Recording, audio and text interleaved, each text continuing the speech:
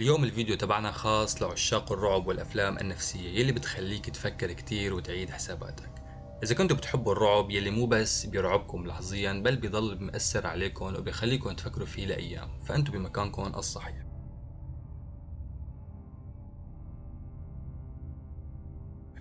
اليوم بدنا نحكي عن سمايل 2، الجزء الثاني من الفيلم يلي مكسر الدنيا بابتسامته الغريبة ويلي عن جد ترك بصمة بقلوبنا وبعقولنا. مين فينا ما تذكر فيلم سمايل الجزء الأول؟ فيلم جمع بين الرعب النفسي والمفاجآت المرعبة بطريقة مبتكرة، ورجع بفكرة جديدة عن شيطان بيتغذى على الصدمات النفسية. والشيطان هذا مو بس عم يطارد الضحايا، لا، عم يلعب بعقولهم، بخليهم يشوفوا ويسمعوا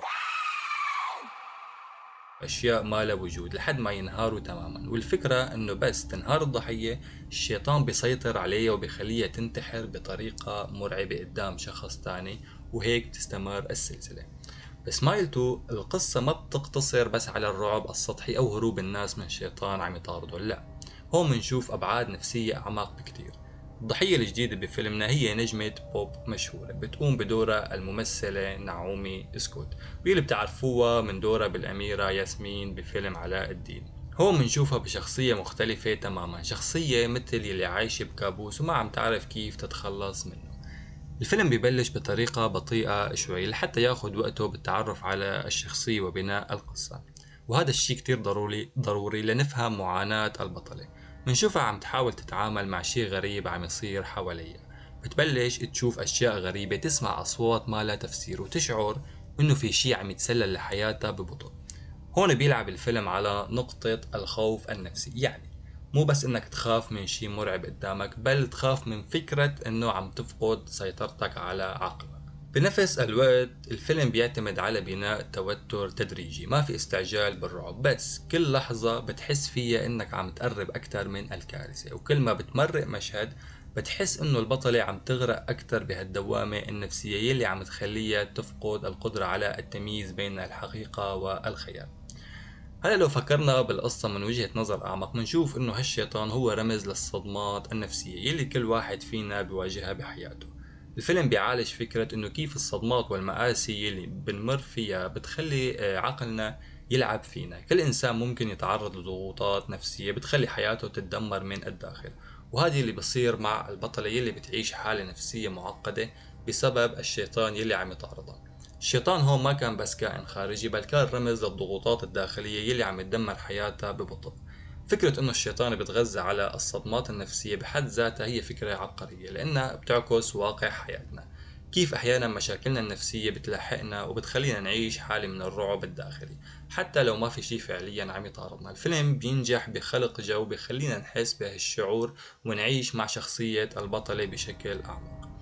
هلا خلينا نحكي شوي عن أداء الممثلة يلي فعلا كان لافت للنظر. إذا كنتوا بتتذكروا أداءها بفيلم علاء الدين أكيد بتعرفوا إنها ممثلة جيدة، بس بهالفيلم الممثلة أثبتت إنها قادرة على تجسيد الرعب الداخلي بطريقة مميزة جدا.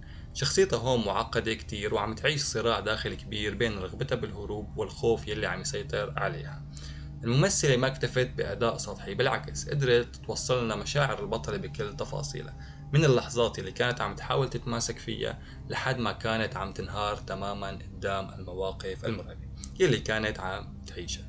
كانت قادرة تخلي المشاهد يعيش معها كل لحظة بلحظة ويحس بوجعها وبخوفها وبتوترها. فيلم الرعب وخاصة الأفلام النفسية بينجح لما الممثلين بيعرفوا كيف يترجموا هالمشاعر قدام الكاميرا، ونعومي سكوت قدرت تقدم لنا أداء بخلينا نحس بكل شي عم يمر عليها. أكيد هالشي ساهم إنه الفيلم يكون تجربة نفسية مؤثرة جدا. شيء أكيد ما فينا ننسى نحكي عنه هو المفاجآت المرعبة، الجامب سكير. هلا الكل بيعرف إنه أفلام الرعب ما بتكون كاملة بدون هالنوع من المفاجآت، بس سمايل 2 هالمفاجآت ما كانت تقليدية أبدا.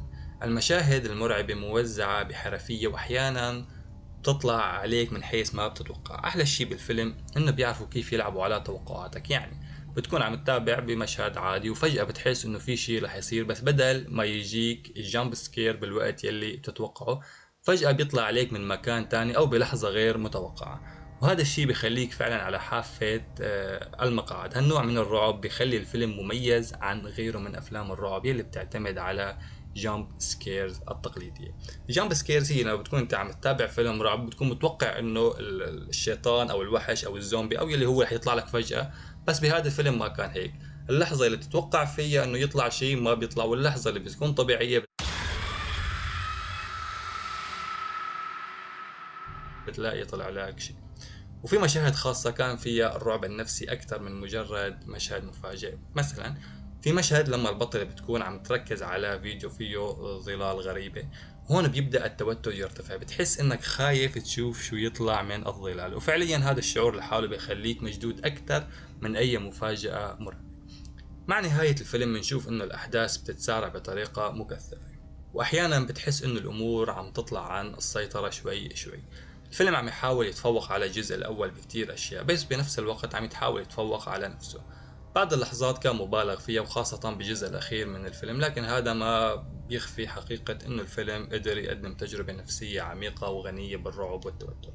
الفيلم مدته ساعتين وعشر دقايق، وهي مدة ممكن تكون طويلة شوي بالنسبة لفيلم رعب، بس برأيي هاي الطول أعطى فرصة كبيرة للقصة ولشخصية البطلة لحتى تتطور وتعيش مراحل الرعب النفسي ببطء.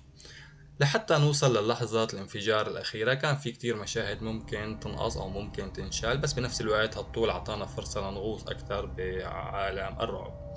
الخلاصة هو انه سمايل 2 مو بس فيلم رعب عادي، هو فيلم بيمزج بين الرعب النفسي والمعاناة العميقة للصدمات النفسية وكيف ممكن تسيطر علينا وتدمر حياتنا. إذا كنت من الأشخاص اللي بيحبوا الأفلام اللي بتلعب على الخوف النفسي وبخليك تعيش الرعب الداخلي، فأكيد لازم تشوف هالفيلم. الأداء الرائع للممثلة والمشاهد الموزعة بحرفية رح يخلوك تعيش تجربة ما بتنساها بسهولة.